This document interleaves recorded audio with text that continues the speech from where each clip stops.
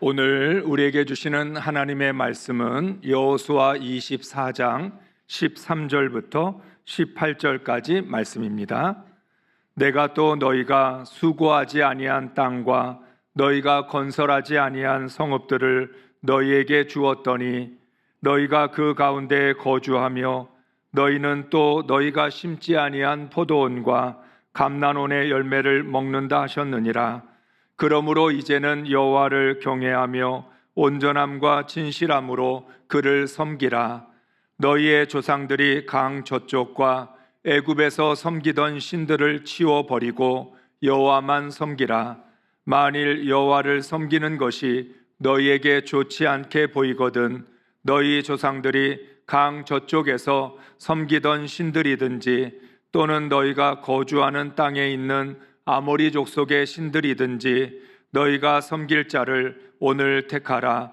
오직 나와 내 집은 여호와를 섬기겠노라 하니 백성이 대답하여 이르되 우리가 결단코 여호와를 버리고 다른 신들을 섬기기를 하지 아니하오리니 이는 우리 하나님 여호와께서 친히 우리와 우리 조상들을 인도하여 애굽 땅 종되었던 집에서 올라오게 하시고 우리 목전에서 그 큰 이적들을 행하시고 우리가 행한 모든 길과 우리가 지나온 모든 백성들 중에서 우리를 보호하셨음이며 여호와께서 또 모든 백성들과 이 땅에 거주하던 아모리 족속을 우리 앞에서 쫓아내셨음이라.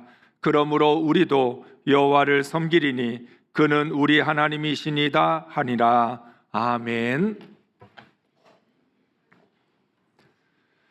할렐루야. 하나님의 사랑과 평강이 함께하는 은혜로운 설이 되시기를 축복합니다. 우리 다시 한번 우리 새해 인사를 할까요? 새해 복 많이 받으세요. 하나님께서 설을 앞두고 모세와 여호수아를 통해 어떻게 자녀들에게 신앙을 전할지를 가르쳐 주셨습니다. 이 말씀의 순서를 따라서 하기 때문에 의도적인 것은 아닌데 설을 앞두고 모세의 마지막, 여호수아의 마지막, 죽음을 눈앞에 둔 위대한 믿음의 사람들의 이야기를 우리가 읽을 수 있게 되었습니다. 아마도 여러분 마음속에 나도 모세처럼 우리 자녀들에게 신앙을 유산으로 물려주어야 되겠다. 또 여호수아처럼 나는 과연 우리의 자녀들에게 마지막으로 어떤 유언을 남길 것인지 생각할 수 있는 시간이 되신 줄로 믿습니다. 사랑하는 자녀들을 위해서 기도로 준비하셔서 신앙 고백을 나누시기 바랍니다. 모세와 여호수아의 고백을 읽어보면 장황하지도 않고 그리고 자랑하지도 않고 담담하게 진실되게 신앙을 고백하고 있는 것을 볼 수 있습니다. 가르치려고 하기보다는 내가 믿고 있는 하나님이 어떤 분이신지, 지금까지 내가 살아온 인생을 통해서 경험한 하나님, 그 하나님이 어떤 분이신지를 이렇게 진솔하게 고백하는 모습을 볼 수 있었습니다. 우리의 자녀들에게도 우리가 신앙의 이야기를 시작하면 우리 자녀들은 그렇게 생각할 수도 있을 거예요. 또 시작이다. 지나온 시간들을 그냥 장황하게 떠벌리고 또 과장되게 말을 하는 그런 것 때문에 조금은 부담이 되기도 하지요. 그런데 우리는 그렇게 한다고 해서 자녀들이 더 설득력 있게 듣는 것은 아닙니다. 오히려 내가 믿는 하나님 담담하게 진실하게 신앙으로 고백을 하게 될 때 그 고백 속에서 하나님의 역사하심이 있게 될 줄로 믿습니다. 그래서 이번 설이 은혜로운 설이 되었으면 좋겠습니다. 보통 우리가 행복한 설이 되시기를 바랍니다 인사를 했는데 오늘은 제가 의도적으로 은혜로운 설이 되면 좋겠다.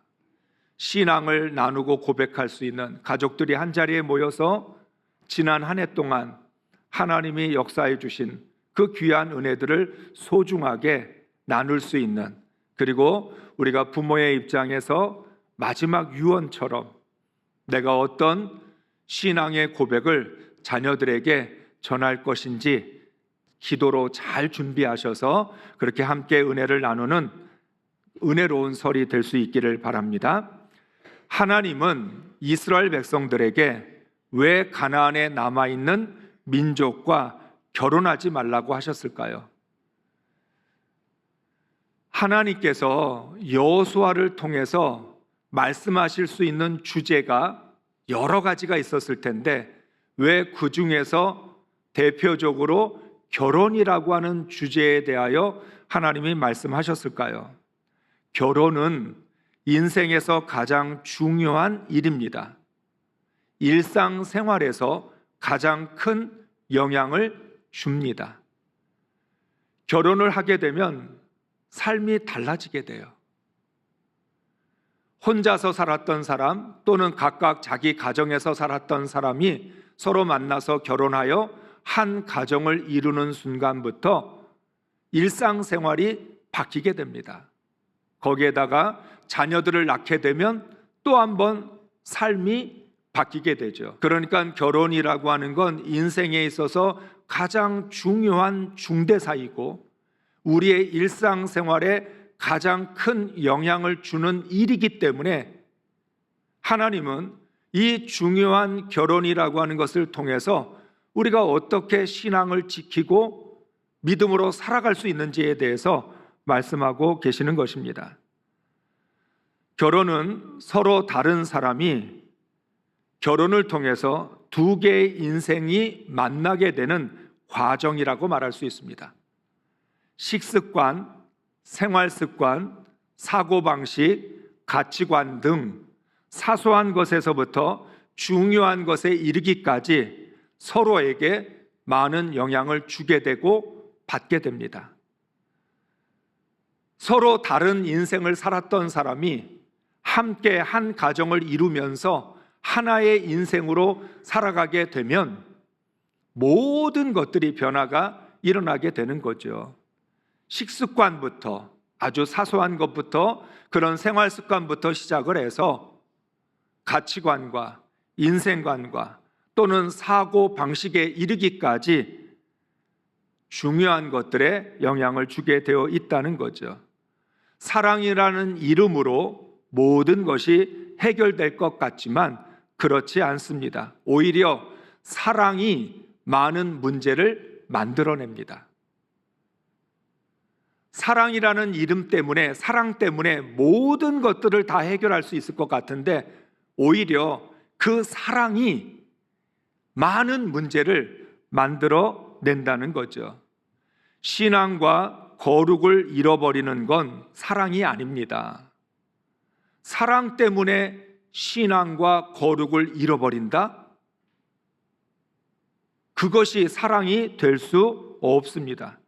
결혼이 아킬레스건이 되어서 하나님을 잃어버린다면 인생이 무너지게 됩니다.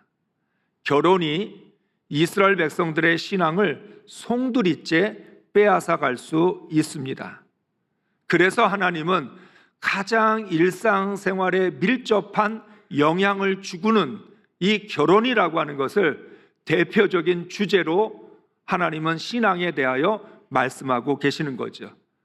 다시 말하면 신앙은 뜬구름을 잡는 게 아니라 현실적이고 매일매일 살아가는 일상생활과 아주 밀접한 연결이 있기 때문에 하나님은 결혼이라는 것으로 신앙을 말씀하고 계십니다. 사랑하는 성도 여러분, 이스라엘 백성은 가나안 정복을 통해서 육적인 전쟁은 끝났지만 이제부터는 영적인 전쟁을 시작해야 합니다. 우리가 여호수아의 말씀을 읽으면서 이제 전쟁이 그치고 하나님께서 이스라엘에게 안식을 주셨다라고 말씀합니다. 그런데 육적인 전쟁은 끝났지만 이제부터 본격적으로 영적인 전쟁이 시작이 됩니다. 이스라엘은 광야에서 가나안 중심부로 들어왔습니다. 광야에서 살던 사람이 가나안 땅의 한 가운데로 들어온 것이죠. 땅을 얻었지만 어떤 나라와 문화를 만드느냐는 시작도 하지 못했습니다. 만일 이스라엘이 하나님 나라를 세우기도 전에 가나안의 죄악과 우상의 포위가 되면 멸망하고 말 것입니다. 이스라엘 백성은 율법을 통해서 하나님의 의를 배우고 제사를 통해서 영적 문화를 배웠지만 아직 부족합니다. 왜냐하면 신앙의 기초를 배웠을 뿐이기 때문입니다. 광야에서 배운 것, 그건 기초입니다. 율법이 뭔지, 율법을 왜 지켜야 되는지 그것을 배웠고, 하나님을 어떻게 제사하며 어떤 형식과 내용으로 하나님을 제사해야 될지를 배웠을 뿐이지 아직 그것이 몸에 배이지 않았습니다. 그런 상태에서 완성된 가나안의 종교와 문화를 만나게 되면 순식간에 신앙의 기초가 무너질 것입니다. 그래서 하나님은 결혼을 중요하게 생각하셨습니다. 이스라엘 백성에게 경고하셨습니다. 아직은 이방 민족과 결혼할 때가 아니기 때문입니다. 이스라엘 백성들의 신앙이 견고하게 서 있고 하나님 나라의 문화가 세워져 있고 그리고 신앙이 중심이 되어 있다면 그래도 다른 민족들과의 결혼이 가능할지도 모릅니다. 그런데 지금은 신앙의 기초도 아직 잡혀 있지 않고 하나님의 나라를 세우지도 못한 상태에서 가나안의 문화와 종교를 만나게 되면 그 기초가 무너질 수밖에 없습니다. 이스라엘 백성은 영적 전쟁을 치를 준비가 되어 있지 않았기 때문에 더 조심하고 가나안과 분리가 되며 보다 더 철저하게 하나님의 말씀을 지켜 행해야 합니다. 여호수아는 어린아이와 같은 이스라엘 백성들을 바라보면서 땅만 차지했을 뿐이지 아직은 어린아이여서 이 땅을 지킬 만한 능력이 없다는 걸 알고 있었기 때문에 정말 안타까운 마음을 가지고 이스라엘 백성들에게 말씀하고 있는 것입니다. 마치 어린 자녀를 두고 세상을 떠나야 되는 부모처럼 내가 너희 어린 것들을 두고 눈을 감을래니 눈을 감을 수가 없다. 너희가 이 험한 세상을 어떻게 살아갈 수 있을까? 어떻게 이 험한 인생을 헤쳐나갈 수 있을까? 그런 애틋한 마음, 여호수아의 마음이 그런 마음이에요. 이스라엘 백성은 아기 같아요. 하나님의 은혜로 가나안 땅을 얻기는 했지만 아기 같아요. 신앙에 있어서도 영적으로도 인격적인 면에서 모든 면에서 어린아이와 같은 이 이스라엘 백성들을 바라보면서 여호수아는 정말 간절한 마음으로 권면을 하고 있는 것입니다. 영적 정복이 맞춰질 때까지 이스라엘 백성은 선줄로 생각하지 말고 넘어질까 조심해야 합니다. 우리가 가나안 땅을 차지했다고 선줄로 생각하면 그건 착각이지요. 가나안의 문화를 이겼고 가나안의 종교를 이겼다라고 생각하면 그들은 한순간에 넘어지게 될 것입니다. 여호수아는 이스라엘의 모든 지파를 세겜에 모았습니다. 장로들과 수령들과 재판장들과 관리들, 지도자들을 불러 하나님 앞에 서게 했습니다. 오늘 말씀에 보면 하나님 앞에 서게 했다라고 말을 하는데 실제로는 여호수아 앞에 서 있는 거죠. 그러나 여호수아는 말합니다. 지금 너희들은 내 앞에 서 있는 것이 아니라 하나님 앞에 서 있는 것이다. 하나님 앞에서 하나님의 말씀을 듣는 것이라고 그렇게 말하면서 하나님의 말씀을 선포합니다.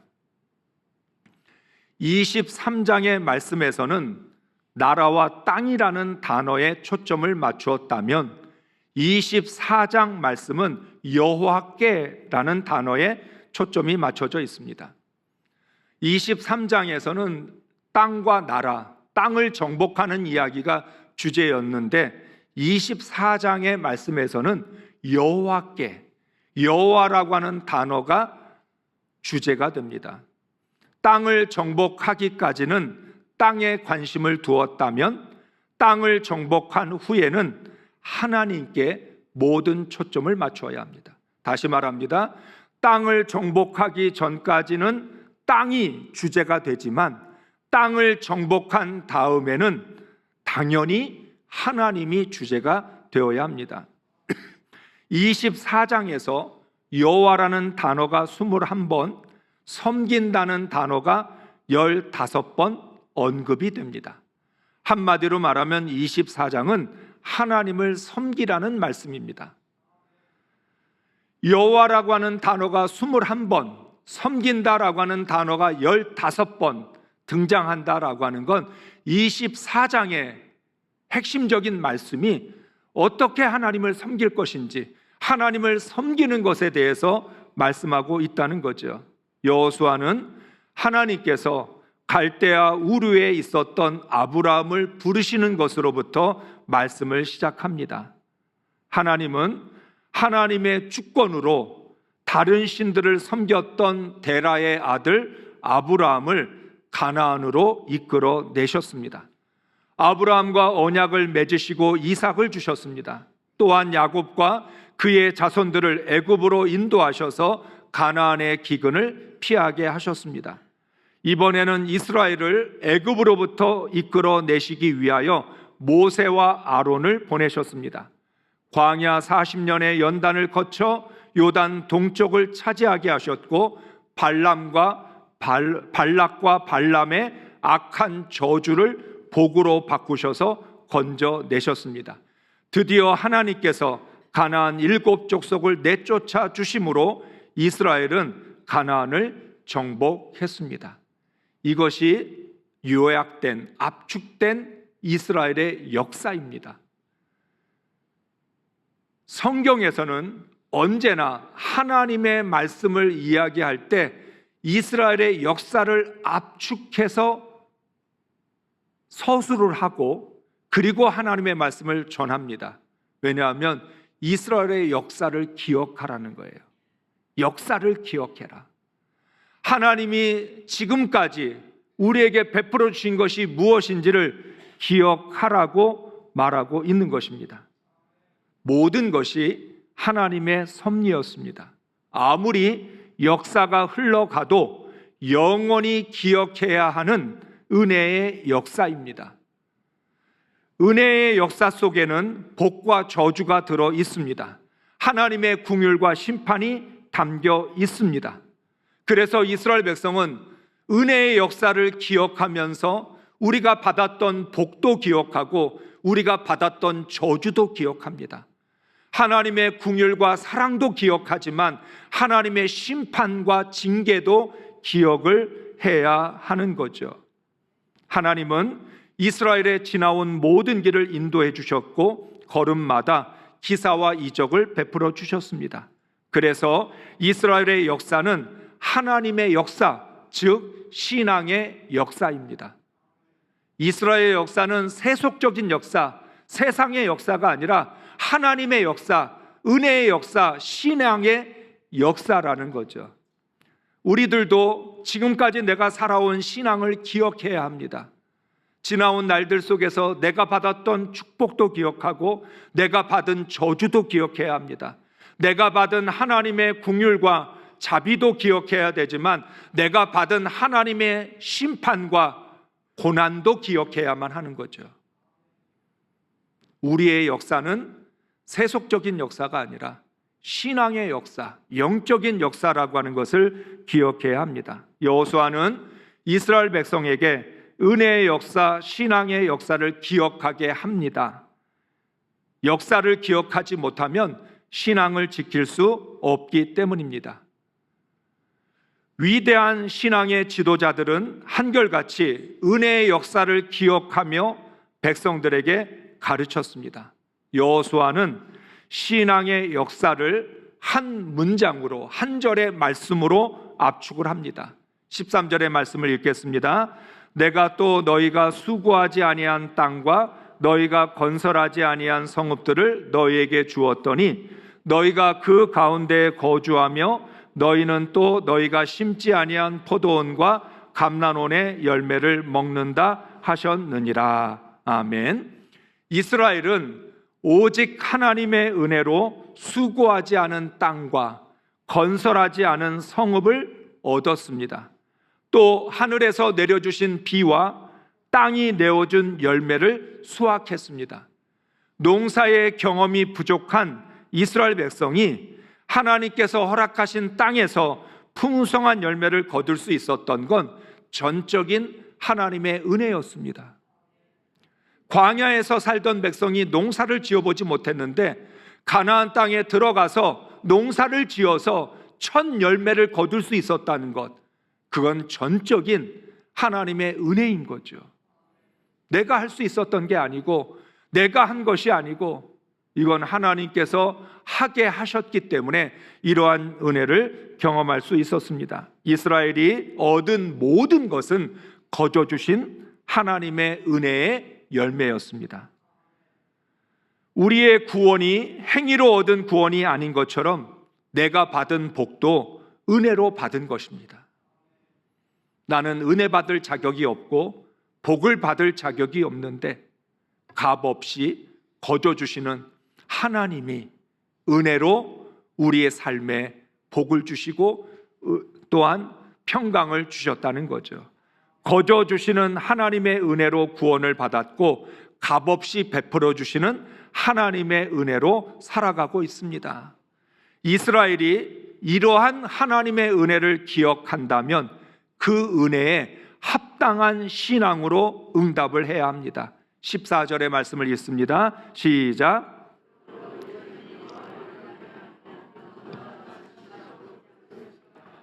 너희의 조상들이 강 저쪽과 애굽에서 섬기던 신들을 치워버리고 여호와만 섬기라. 아멘. 하나님께서 거저 주신 은혜, 그 은혜로 내가 살아가고 있다면 나는 그 은혜에 어떻게 응답할 것인가? 하나님이 주신 은혜에는 책임이 있는데 하나님이 주신 복에는 내가 감당해야 될 책임이 있는데 내가 어떻게 감당할 수 있을까? 오늘 말씀합니다. 이제는 여호와를 경외하며 온전함과 진실함으로 하나님을 섬기라. 하나님의 은혜를 받았다면 하나님을 온전히 섬기라고 여호수아는 명령합니다. 하나님을 진실하게 섬기려면 제일 먼저 과거와 단절해야 합니다. 이스라엘 백성이 요단강을 건넜다라고 하는 말이 무슨 뜻이에요? 과거와의 단절입니다. 그래서 요단강을 건넌 다음에 할례를 베풀게 하셔서 뭐라고 말씀하셨습니까? 애굽의 모든 수치가 떠나갔다. 요단강을 건넌 순간 더 이상 애굽에 매여 있어도 안 되고 광야에 매여 있어도 안 됩니다. 과거와 단절하고 애굽의 모든 수치를 벗어버리고 광야에 미숙했던 불신앙과 불순종의 그 시간들을 끊어버려야 합니다. 요단강을 건넌 순간 애굽과 메소포타미아에서 섬기던 신들을 버려야 합니다. 하나님께서 가나안을 심판하신 거룩한 땅에 이전의 우상들까지 끌고 들어오면 하나님을 섬길 수 없습니다. 하나님을 온전하게 섬기지 못하면 이스라엘의 미래를 보장할 수 없습니다. 사랑하는 성도 여러분, 구원받은 그리스도인이 세례를 받으면 이전의 삶과 단절해야 합니다. 세례는 요단강을 건넌다는 뜻입니다.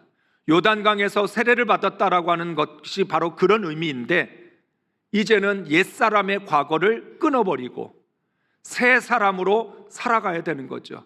죄악 가운데 있었던 죄와 사망의 권세의 종노릇했던 그 때의 시절은 완전히 단절하고 이제는 의의 종으로서 하나님의 의를 붙들고 살아가는 새 삶을 살아가야 하는 것입니다.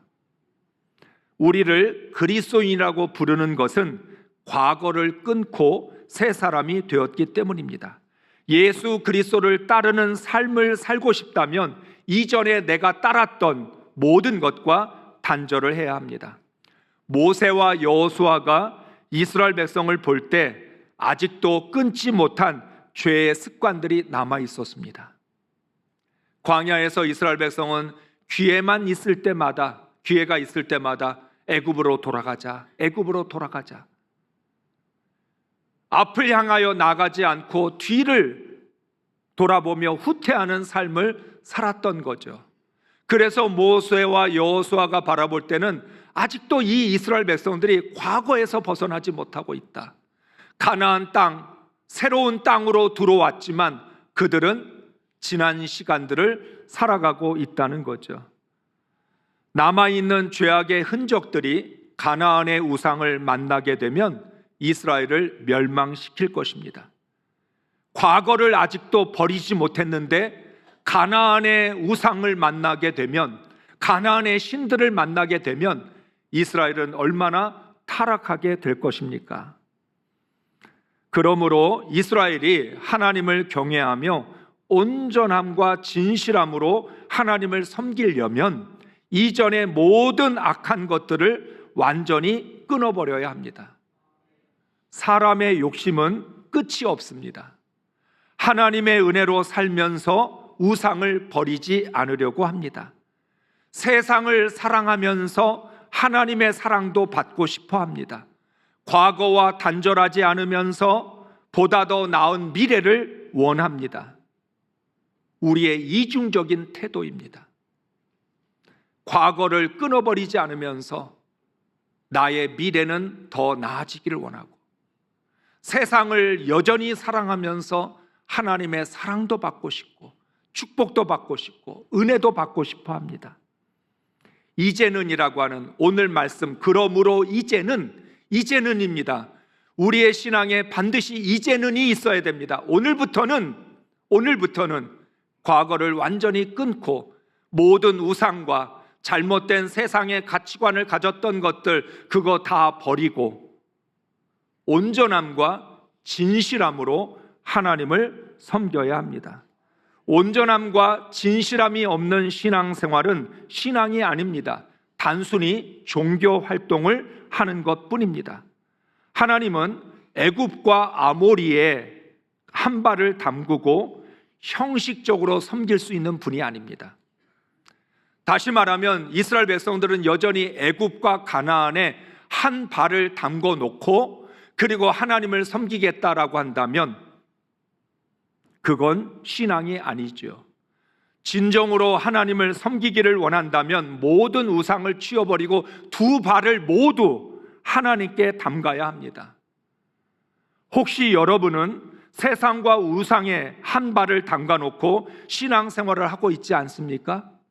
한 발은 세상에 두고, 한 발은 과거에 두고, 한 발은 여러분이 사랑하는 그런 죄악과 욕심에 그대로 둔 상태에서 한 발만 하나님을 섬기고 있지는 않습니까? 그러면 하나님께 버림을 받게 될 것입니다. 반드시 온전함과 진실함으로 섬겨야 합니다. 여호수아는 이스라엘 백성이 과거와 단절하지 못할 것을 잘 알았습니다. 불순종과 불신앙을 기억하고 있었기 때문입니다. 그래서 죽음을 눈앞에 둔 순간에 우상을 버리고 온전함과 진실함으로 하나님을 섬기라고 명령을 합니다. 15절 말씀을 메시지 성경으로 읽겠습니다. 여러분 생각에 하나님을 예배하는 것이 좋지 않다면 여러분이 대신 섬길 신을 선택하십시오. 오늘 선택하십시오. 여러분의 조상들이 강 건너편 땅에서 예배하던 신들 가운데 하나를 택하든지 아니면 여러분이 지금 살고 있는 땅 아모리 사람의 신들 가운데 하나를 택하십시오. 그러나 나와 내 가족은 하나님을 예배할 것입니다. 아멘. 하나님이 주신 약속의 땅에서 더 이상의 불신앙과 불순종은 용납되지 않습니다. 여호수아는 자신이 살아있을 때, 자신의 호흡이 붙어 있었을 때 이스라엘 백성들에게 선택하라고 명령합니다. 하나님을 섬기든지 아모리 족속들의 신들을 섬기든지 오늘 택하라고 합니다. 애매모호한 신앙으로는 하나님을 섬길 수 없습니다. 하나님은 이스라엘에게 가나안을 주시려고 출애굽시킨 것이 아니었습니다. 열방을 구원하기 위하여 출애굽시키셨고 하나님 나라를 세우라고 가나안을 주셨습니다. 오해하지 말아야 합니다. 하나님은 이스라엘 백성들에게 가나안이라고 하는 땅을 주시려고 지금까지 인도하신 게 아니라는 거예요. 땅을 얻는 게 목적이 아니라 열방을 구원하고 하나님의 나라를 세우는 것에 목적이 있었기 때문에 그 과정으로서, 그 수단으로서 가나안 땅을 허락하신 것입니다. 하나님 나라를 세우려면 누가 주인인지를 분명히 해야 합니다. 여호수아는 마지막으로 선언합니다. 오직 나와 내 집은 여호와를 섬기겠노라. 모든 이스라엘 백성들이 가나안 신들을 섬겨도 나와 내 집은 하나님을 섬기겠다고 선포합니다. 하나님을 섬기는 사람은 언제나 하나님 편에 서야 합니다. 숫자의 많고 적음은 중요하지 않습니다. 하나님은 오직 하나님을 섬기는 한 사람을 통해서 하나님의 역사를 이루셨습니다. 여러분이 많은 사람들의 편에 서려고 하지 마십시오. 많은 사람들의 그 이야기를 따라가지 마십시오. 진리의 편에 서고 하나님 편에 서서 그것이 비록 나 혼자일지라도 외롭고 고독할지라도 하나님 편에, 진리의 편에, 하나님의 구원의 그 편에 서 있어야 하는 것입니다. 여호수아는 어떤 상황에서도 끝까지 하나님을 섬기기로 결단했습니다. 하나님만 예배하기로 결정했습니다. 여호수아 사전에는 불신앙과 불순종은 없습니다. 여호와는 죽기 전에 이스라엘 백성들의 마음을 정확하게 결정하고 싶었습니다. 오늘 이스라엘 백성의 선택이 무엇이냐고 묻고 있습니다. 미루지 말고 오늘 택하라고 하는 것입니다. 이스라엘의 결단이 없다면 하나님은 복을 내리셨던 것처럼 재앙을 내리시고 멸망시킬 것입니다. 지금 분명하게 결단해야 합니다. 사랑하는 성도 여러분, 설을 맞아 온 가족이 한자리에 모입니다. 우리는 자녀들에게 무엇을 권면해야 합니까? 우리가 설날 서로 모여서 덕담을 하는데 우리가 해야 될 덕담은 무엇입니까? 오직 나와 내 집은 하나님을 섬기겠다고 말할 수 있습니까? 신앙은 결단이 있어야 합니다. 이 세상의 모든 것을 품고 사는 것은 믿음이 아닙니다. 좋은 게 좋은 거라고 넘어가는 건 신앙이 아닙니다. 타협은 신앙이 아니죠. 무엇을 택할지 확실하게 결단을 해야 합니다. 나의 선택과 결단이 자녀의 미래를 결정합니다. 우리 모두 오직 하나님만 온전함과 진실함으로 섬기겠다는 결단을 우리의 자녀들에게 물려줄 수 있기를 주의 이름으로 축복합니다.